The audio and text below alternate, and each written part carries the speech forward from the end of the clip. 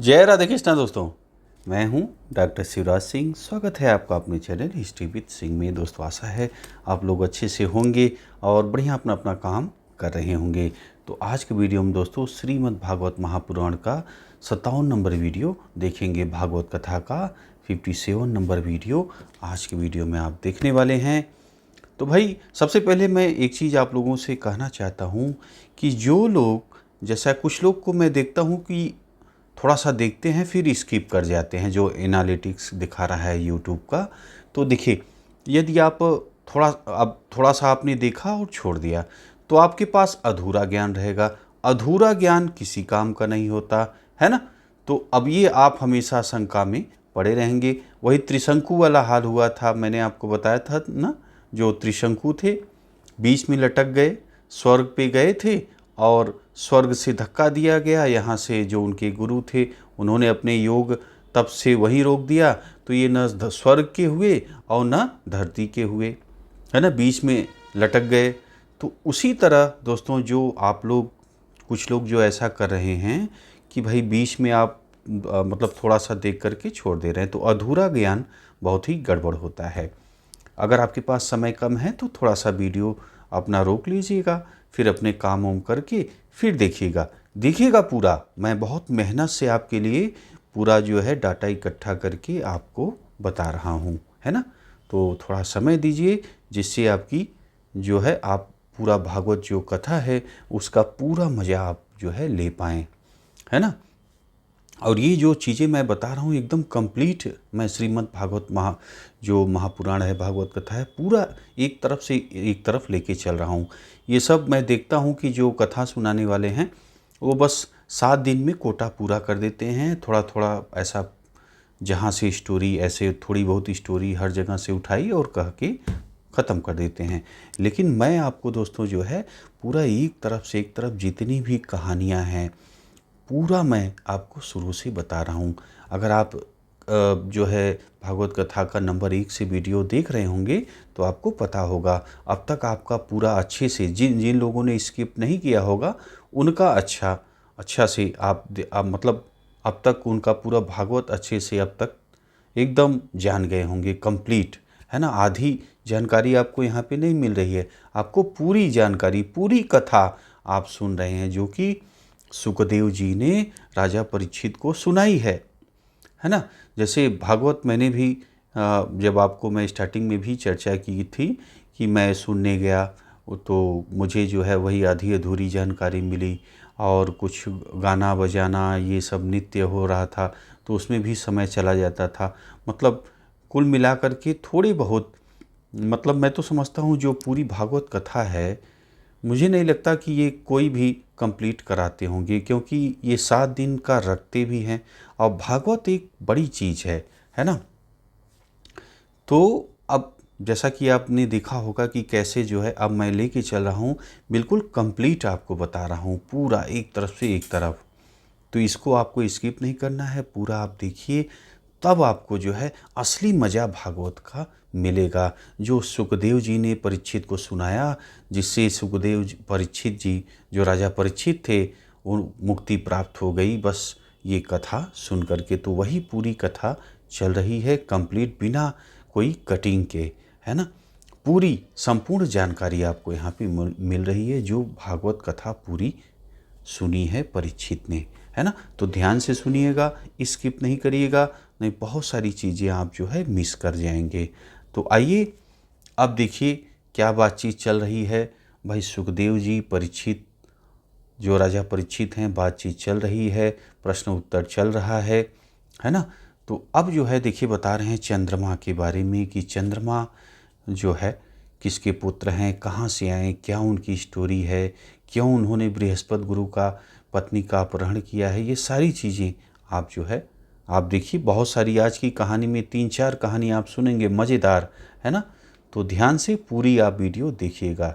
ज़्यादा बड़ा है तो रोक दीजिएगा, फिर अपना काम वाम करके फिर अपना वहाँ से स्टार्ट कर लीजिएगा, है ना।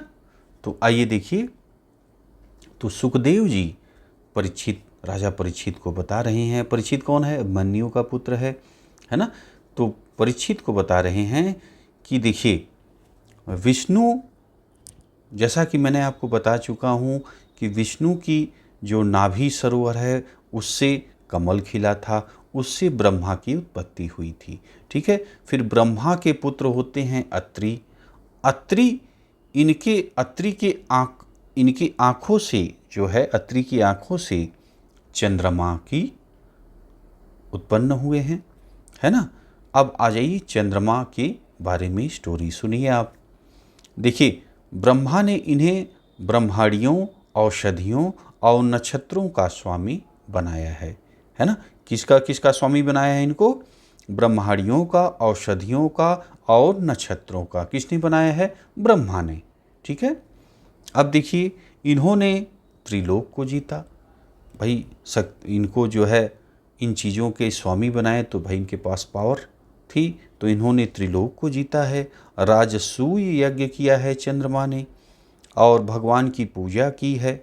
ठीक है, अब देखिए, तब अब भाई जब ये त्रिलोक विजेता हो गए, यज्ञ कर लिए, है ना, और भगवान को प्रसन्न कर लिए, अब इनके अंदर क्या आ गया?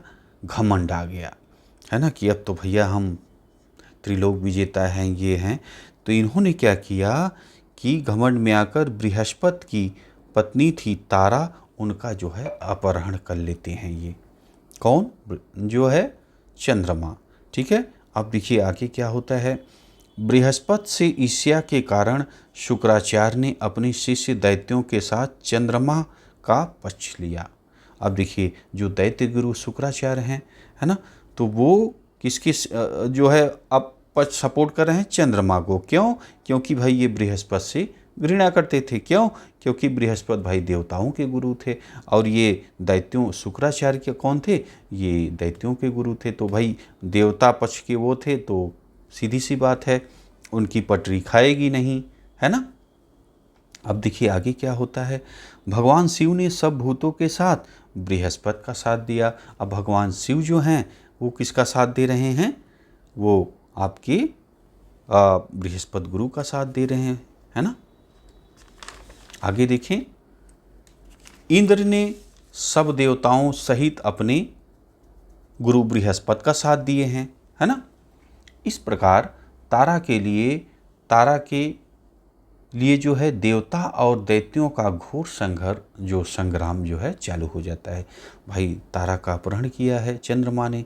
अब दोनों तरफ पार्टी, एक तरफ दैत्यों की जो शुक्राचार्य हैं उनको सपोर्ट कर रहे हैं चंद्रमा को, और दूसरी तरफ ये आपके जो देवतागण हैं, शिव हैं, ब्रह्मा हैं, वो दूसरी तरफ हैं, वो सपोर्ट कर रहे हैं बृहस्पति को। ठीक है, फिर ब्रह्मा ने चंद्रमा से बृहस्पति की पत्नी तारा को वापस दिला दिया।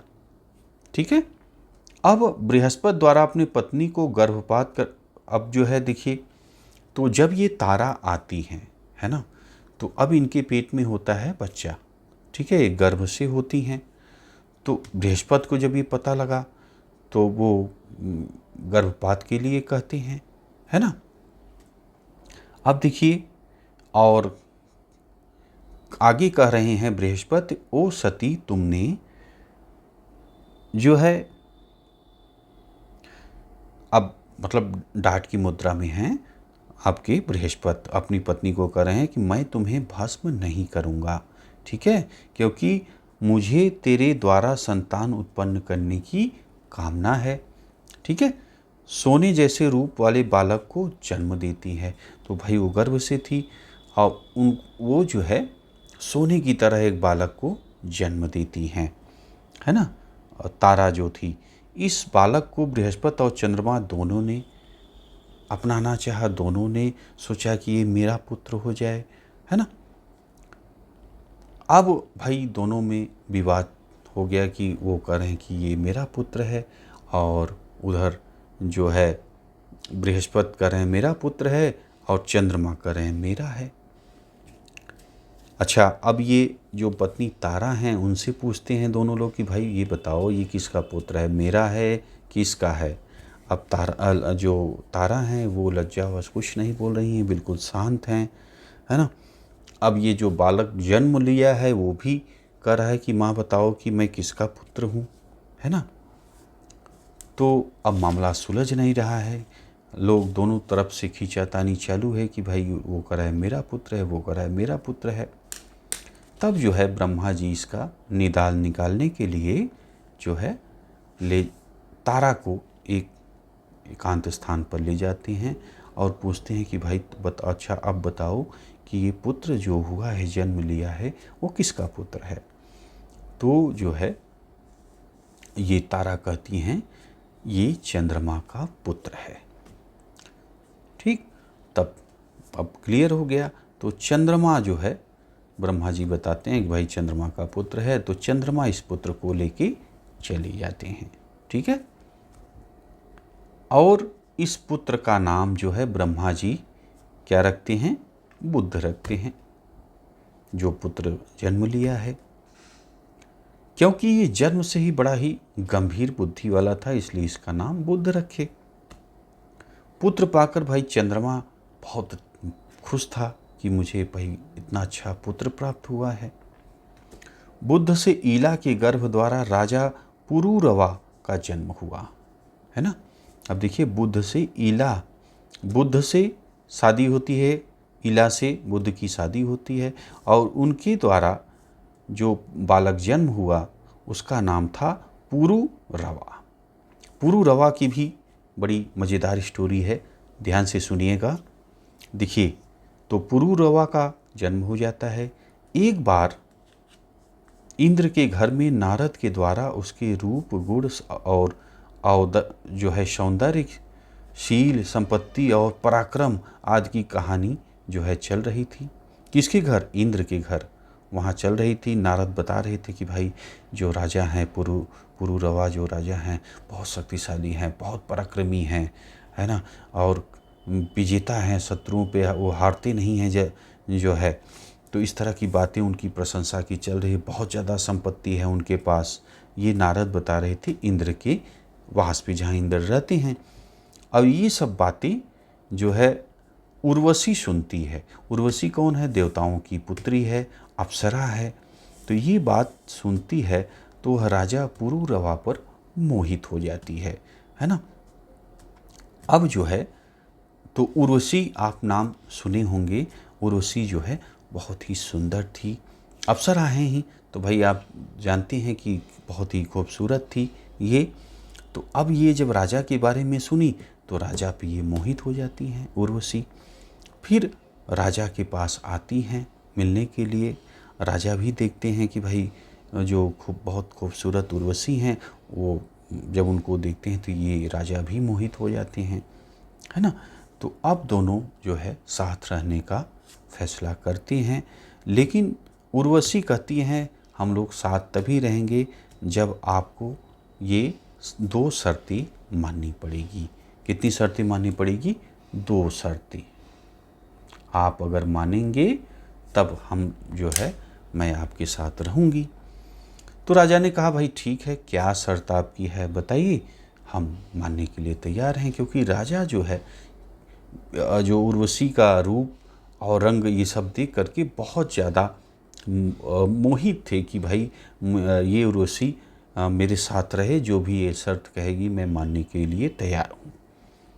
ठीक, तो उर्वशी कहती हैं कि देखिए मेरे पास ये 2 भेड़ हैं, है ना, इसको आप जो है रक्षा हमेशा करेंगे, इनकी रक्षा हमेशा करेंगे। राजा ने कहा ठीक है भाई, बिल्कुल हम इनकी रक्षा करेंगे, आप निश्चिंत रहिए, है ना। और आप जो है जब हम लोग रात में संबंध बनाते हैं तो उसी समय आप बिना कपड़े के रहेंगे मेरे साथ, और उसके बाद फिर हमेशा आप मेरे साथ जब भी रहेंगे कपड़ा पहने हुए रहेंगे, है ना। तो राजा ने कहा ठीक है भाई, ऐसा ही होगा, है ना। फिर अब दोनों शर्त मान ली राजा। फिर उर्वशी और राजा साथ साथ रहने लगे। ठीक है, अब देखिए काफ़ी दिन बीत गए। अब जो इंद्र भाई खोज रहे हैं, उर्वशी जो है वो अप्सरा हैं और इंद्रलोक में रहती हैं। तो इंद्र जो है उर्वशी के बिना रह नहीं पाते हैं, तो उनका मन नहीं लग रहा था। तो वो पता लगाते हैं कि भाई उर्वशी कहाँ है, इतने दिन से मिल नहीं रही, है ना। तो गंधर्व लोग बताते हैं कि भाई वो जो है पुरूरवा के राज्य में रह रही है। तो इंद्र कहते हैं कि भाई ऐसा है, उसको गंधर्वोशी कहते हैं कि तुम जाओ और उसको लेके आओ, उर्वशी को लेके आओ, मेरा मन नहीं लग रहा है उर्वशी के बिना, है ना। अब रात में गंधर्व लोग जाती हैं, तो अब भाई ऐसे तो उर्वशी आएगी नहीं, तो इन्होंने कहा उस जो भेड़ जो राजा की रक्षा में रखे हुए हैं, इस भेड़ को ही उठा ले चलती हैं। ठीक है, तो राजा ने, अब भाई रात का समय था, चुपके से ये लोग दोनों भेड़ों को लेकर के, गंधर्व जो गए थे वो धीरे से लेकर के निकल जाते हैं बाहर, है ना। अब भागते हैं लेकर के, तो भेड़ की आवाज़, भाई भेड़ जब लेके जाएंगे तो भेड़ क्या है, चिल्लाने लगे, है ना। तो चिल्लाने लगे तो ये आवाज़ उर्वशी के कान में जाती है कि अरे ये तो मेरे भेड़ चिल्ला रहे हैं, कोई इनको चुरा के ले जा रहा है। और राजा भी इनके पास ही थे, रात का समय था। तो अब ये जो है राजा से गुस्से में आ जाती हैं और चिल्लाने लगती हैं राजा के ऊपर कि बताइए, आपको मैंने देखिए शर्त रखी थी कि जो भेड़ है वो कि उसकी रक्षा करेंगे, लेकिन ये आपके राज्य में आपसे देखिए उठा ले जा रहा है और आप कुछ नहीं कर पा रहे हो। इस तरह की कई सारे उलेहना उनको देती हैं, जो है भला बुरा उनको बोलती हैं उर्वशी राजा को। ठीक है, अब पुरूरवा उस समय भाई रात का समय था और साथ में दोनों लोग सोए थे। तो अब जब ये उन्होंने सुना, और इस तरह से कोई भाई बुराई करेगा तो गुस्साएगा ही, तो जिस दशा में थे उस समय वो कपड़े नहीं पहने थे, तो बड़े क्रोधित मुद्रा में पुरूरवा अपना तलवार लेते हैं और दौड़ते हैं उसके पीछे, है ना। तो दौड़ते हैं, तो जब देखते हैं कि गंधर्वों ने देखा कि यार ये राजा जो है तलवार लिए आ रहे हैं, बहुत ही गुस्से में हैं, तो भेड़ को छोड़कर भाग जाते हैं गंधर्व। अब उन भेड़ों को लेकर के अपना आते हैं और उधर से उर्वशी देखती हैं कि भाई वो बिना कपड़ों के राजा आ रहे हैं, दोनों भेड़ के साथ। तब जो है वो उर्वशी, जैसा कि शर्त में उन्होंने रखा था कि बस उसी समय जब संबंध हम लोग बनाएंगे तभी आप बिना कपड़े के रहेंगे, तो आता देख जो है उर्वशी उनको छोड़ के चली जाती हैं, है ना। अब देखिए छोड़ के चली जाती हैं, तो अब क्या होता है, अब राजा आते हैं, कमरे में खोजते हैं, उर्वशी नहीं मिलती हैं, पूरा महल पूरा खोज डालते हैं, अपने राज्य में खोज डालते हैं, सब ढूंढवाते हैं, मिलती नहीं। तो बहुत ही उदास हो जाते हैं राजा, है ना। उदास हो जाते हैं कि बताइए कहाँ चली गई। तो खोजते खोजते जो है राजा एक बार सरस्वती नदी पर, उर्वशी अपनी 5 सहेलियों के साथ सरस्वती नदी पर बैठी हुई थी। अब राजा वहाँ देखते हैं उर्वशी को, तो पहुँच जाते हैं उर्वशी के पास कि बताओ, मैंने तुमको इतना खोजा, मैं आपको इतना मानता हूँ, आप बिना कहे मुझसे और आप चली आई। तो उर्वशी से उनकी बातचीत हुई। उर्वशी ने कहा भाई देखिए शर्त हमारी थी, आपने जो है ऐसा ऐसा किया, तो कहीं ठीक है कोई बात नहीं, अब चलो मेरे साथ, है ना। उर्वशी से कहते हैं पुरूरवा जो राजा थे कि भाई चलो अब मेरे राज्य। तो अब उर्वशी कहती हैं कि भाई देखो, स्त्रियों की अपने अपने साथ स्त्रियों के बारे में भी बता रही हैं। उर्वशी कह रही हैं कि स्त्रियों के लिए के साथ मैत्री होती है, किसी के साथ मैत्री नहीं होती। मतलब कह रही हैं कि स्त्रियों की किसी भी के साथ, किसी भी पुरुष के साथ दोस्ती नहीं होती है ना। किसी भी महिला की आदमियों के साथ दोस्ती नहीं होती है। हृदय से महिला बहुत कठोर होती हैं, है ना। बड़ी निर्दयता, क्रूर और असहनशील होती हैं, बहुत साहसी होती हैं, स्वेच्छाचारी आदि होती हैं, है ना। तो ये बता रही कि अपना ही हित करना चाहती हैं, और यदि कोई पुरुष दूसरा पसंद आ गया तो वो महिला त्याग देती हैं। तो इस तरह मैं जो है अब इस तरह जो है मैं आपसे अलग हो गई हूँ। तो इस तरह की इससे बातचीत करती हैं उर्वशी। और फिर राजा भाई बहुत मानते थे उर्वशी को, तो उर्वशी से कहते हैं कि भाई आप चलो मेरे साथ। तो उर्वशी कहती हैं ठीक है, आप 1 वर्ष बाद मैं आपके पास आऊँगी, ठीक है, तब आप जो है आपको मेरे साथ जब आप रहेंगे तो आपको ढेर सारी संतानें जो है पैदा होंगी, है ना। तो अब जो है अगला साल आता है, तो राजा अपना जो है राजा के अगले साल जब आता है, समय आता है, तो उर्वशी आ जाती हैं, राजा के साथ रहने लगती हैं, है ना। तो अब राजा को एक डर भी सता रहा था कि उर्वशी रह तो रही हैं, लेकिन पता लगा गंधर्व लोग आएंगे और उर्वशी को लेके चला जाएंगे, है ना। तो अब क्या किया जाए, तो उर्वशी से ही पूछते हैं कि बताओ क्या करें कि गंधर्व आपको ले न जाएं, हमेशा आप मेरे साथ रहिए, है ना। तो आप कहती हैं कि भाई आप गंधर्वों को मना लो, है ना, उनको प्रसन्न कर लो, तो तब आप हमको नहीं लेके जाएंगे। तो भाई जब राजा पुरूरवा जो थे तो प्रसन्न करते हैं, तो गंधर्व क्या करते हैं कि अग्निस्थाली उनको दे देते हैं राजा को, कहते हैं कि ये लीजिए।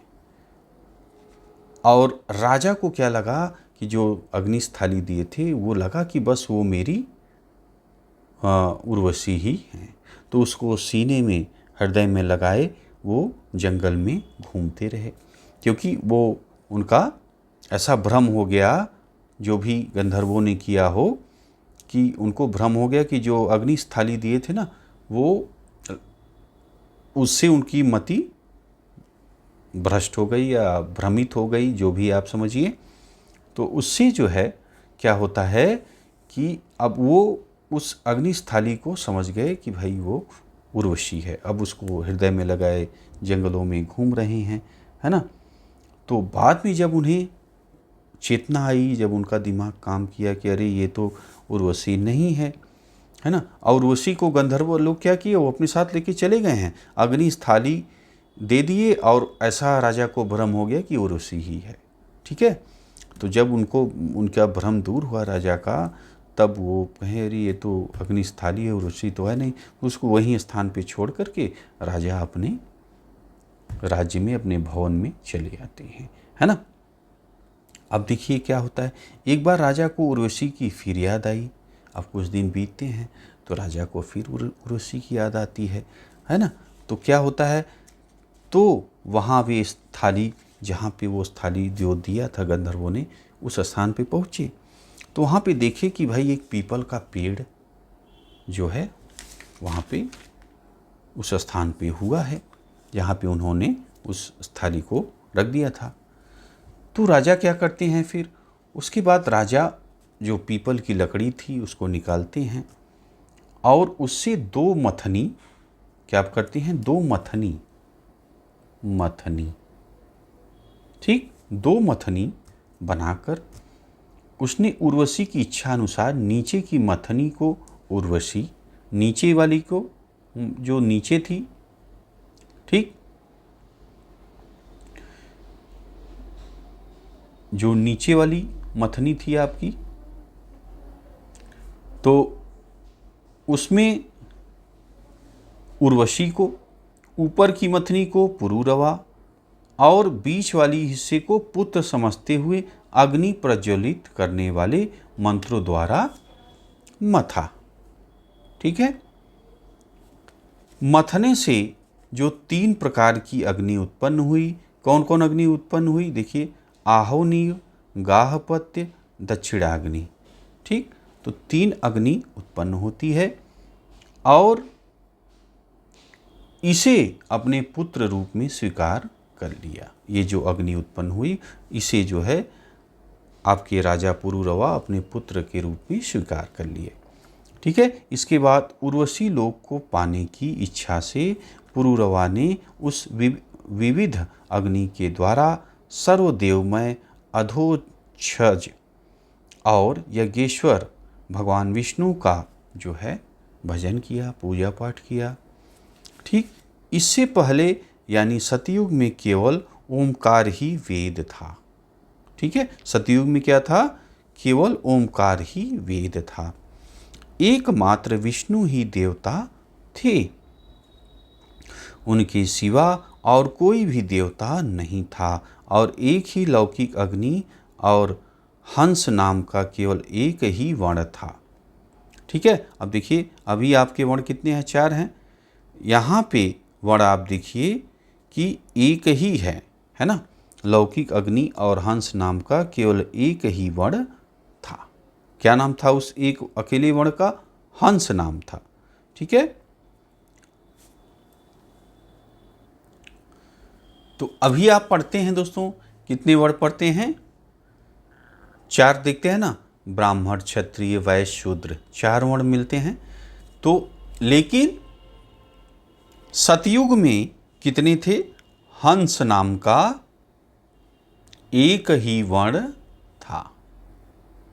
ठीक, जैसा कि श्रीमद् भागवत में लिखा है। अब आ जाइए, त्रेता युग के आरंभ में पुरुरवा से ही 3 तरह की अग्नि उत्पन्न हुई। तब पुत्र रूप से माने हुए उस अग्नि के द्वारा ही राजा पुरुरवा गंधर्व लोक में जा पहुंचे। ठीक, अब देखिए जब गंधर्व लोक में पहुंच गए तो वहाँ उर्वशी से मिलते हैं, और उर्वशी से जो है 6 पुत्र होते हैं पुरुरवा को। वो 6 पुत्रों के नाम क्या क्या हैं? ध्यान से सुने। आयु पहले पुत्र, दूसरे जो है श्रतायु, दूसरे पुत्र का नाम था, तीसरे पुत्र का सत्यायु, चौथे का रय, पांचवें का विजय, और छठवें का जय। ठीक है, तो 6 पुत्र होते हैं उर्वशी से पुरुरवा राजा को। ठीक, तो अब देखिए आगे की पीढ़ी आपकी, श्रतायु को वसुमान पुत्र होता है, सत्यायु को श्रुतंजय नाम का पुत्र होता है।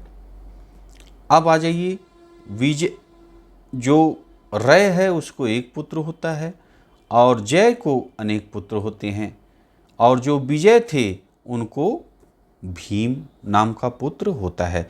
तो जो विजय हैं उनकी वंशावली आगे की सूचना हमें मिल रही है। बाकी लोग की तो इतने ही बच्चे दिख रहे हैं, आगे की पीढ़ी इसमें नहीं लिखा है, लेकिन जो विजय हैं, विजय के पुत्र भीम हैं, उनकी वंशावली हमें मिल रही है।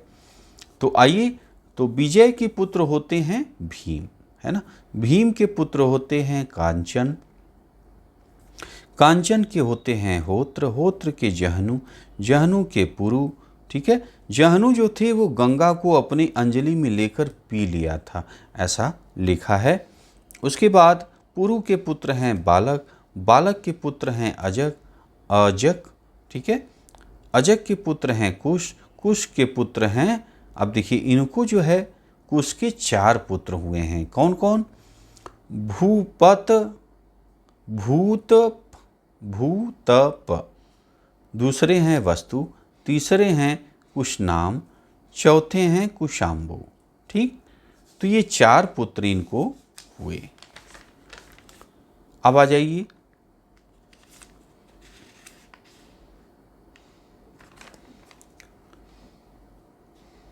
अब देखिए जो चौथा नंबर कुशाम्बु हैं, उनके पुत्र होता है, एक पुत्र होता है जिनका नाम था गाधी, गाधी उनका पुत्र होता है कुशाम्बु का। अब देखिए गाधी से, अब गाधी राजा हो गए हैं, तो गाधी से महर्षि ऋचिक ने उनकी पुत्री सत्यवती से विवाह के लिए कहा। तो महर्षि जो ऋचिक थे वो विवाह करना चाहते थे गाधी की पुत्री सत्यवती से, लेकिन राजा जो गाधी थे उनको मन नहीं था इनसे शादी करने का, तो वो मना कर देते हैं और शर्त भी लगा देते हैं। ऐसी शर्त लगाते हैं कि भाई ये पूरा ना करने पाए और हमें शादी न करना पड़े। तो इन्होंने शर्त रख दी, भाई ऋषि के सामने, जो महर्षि ऋचिक थे उनके सामने शर्त रखी कि यदि काले कान वाला चंद्रमा के समान 1000 घोड़े आप लाओगे तब मैं आपको अपनी शादी, अपनी पुत्री का विवाह आपसे करूँगा। ठीक, तो अब ये शर्त रख दी, बहुत तगड़ी शर्त थी। तो ऋषि ने कहा अब ये कैसे पूरा होगा। तो ये जाते हैं और वरुण से मिलते हैं। तो वरुण उनको ये जो है, जो घोड़े की व्यवस्था थी वो व्यवस्था उपलब्ध करा देते हैं ऋषि को। और ऋषि महर्षि ऋचिक जो है ला करके गाधी को, वो जो शर्त रखी थी, जो घोड़े की बात थी, वो घोड़े सौंपते हैं गाधी को। तो गाधी भी अब भाई वो उन्होंने पूरा कर दिया जो शर्त रखे थे, तो विवाह करना पड़ा अपनी पुत्री का।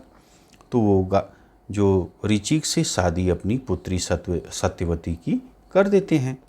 ठीक है, अब भाई विवाह हो जाता है और जो ऋषि ऋचिक थे वो रहने लगते हैं साथ में।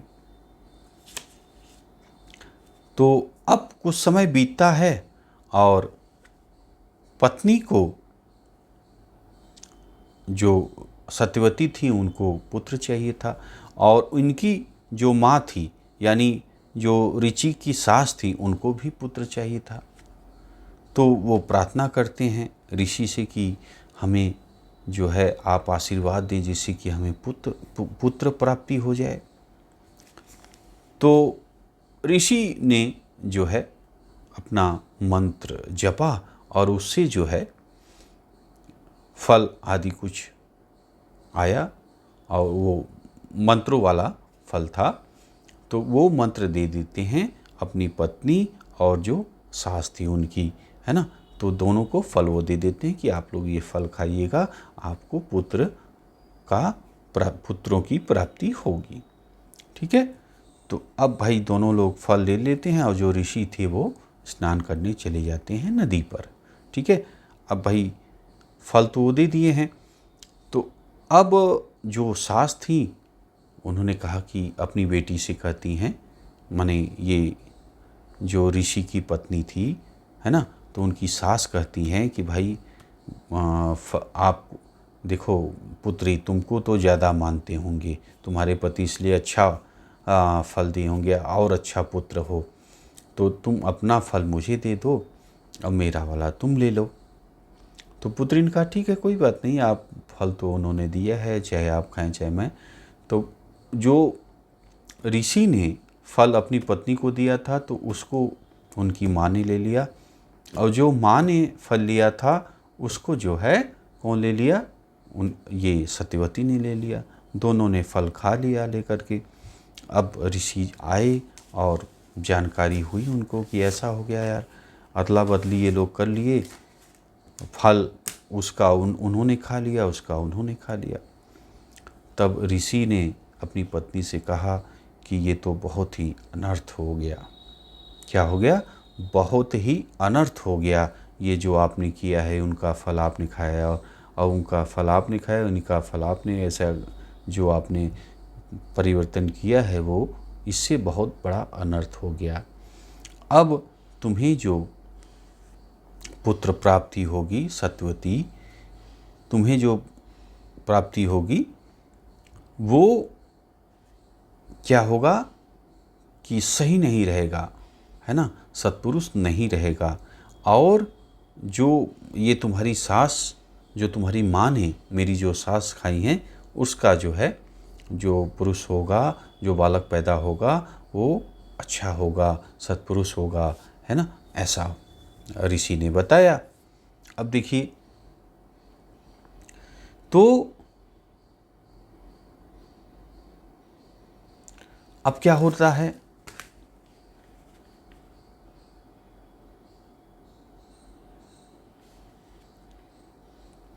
तो अब पत्नी सत्यवती से जमदग्नि नाम का बालक जन्म लेता है। सत्यवती से किसका जन्म होता है? जमदग्नि नाम के बालक का जन्म होता है। ठीक है, तो अब क्या होता है आगे, तो सत्यवती बालक होने से पहले ही एक बार अपने पति से बात करी थी कि अच्छा बताइए, बालक अगर खराब होगा तो कैसे हम लोगों का वंश चलेगा, है ना।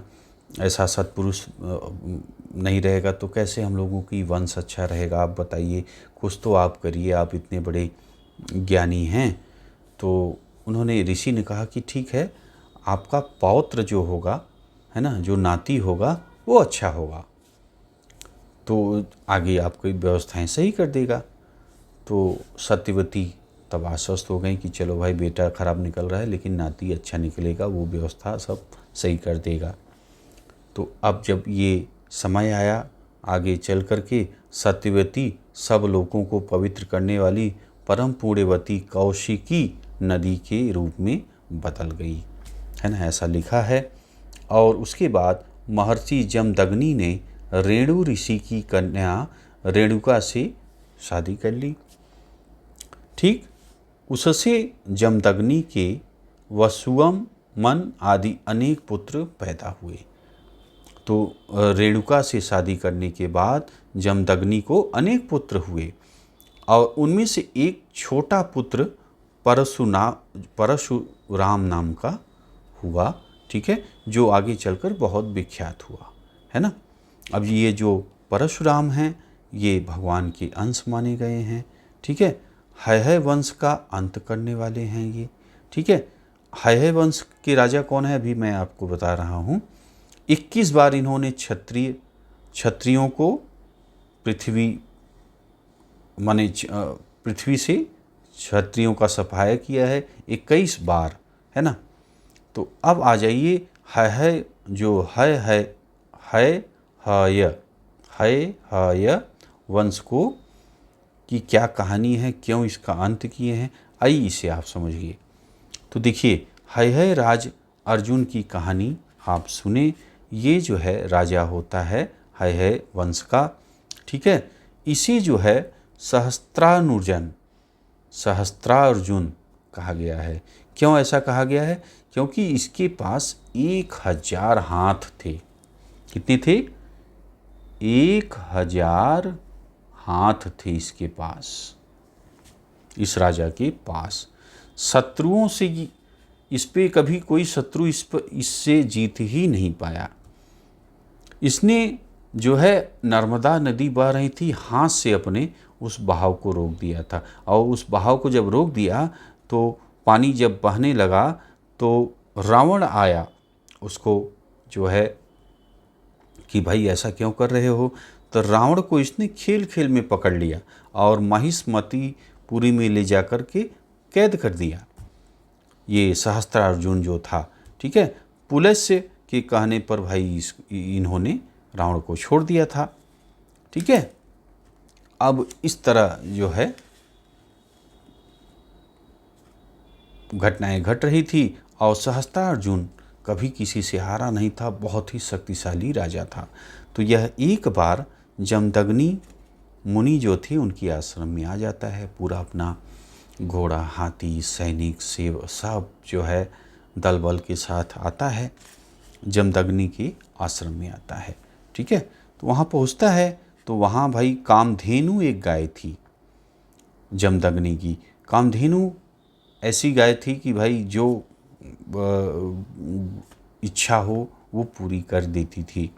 तो जमदग्नि ने अपना जो है इसके द्वारा, कामधेनु के द्वारा पूरे जितने भी सैनिक थे, सेवक थे और जो भी हाथी घोड़े, सब की इच्छाएं कामधेनु ने पूरी कर दी। अब ये राजा ने देखा तो उन्हें यार लगा कि भाई ये तो बहुत ज़बरदस्त गाय है यार, ये तो मेरे पास होनी चाहिए, है ना। तो अब जो है ये ज़बरदस्ती, भाई गाय बोलते हैं जमदग्नि से कि आप गाय मुझे दीजिए। ऋषि कहते हैं नहीं, ये गाय तो मैं नहीं दे पाऊँगा आपको।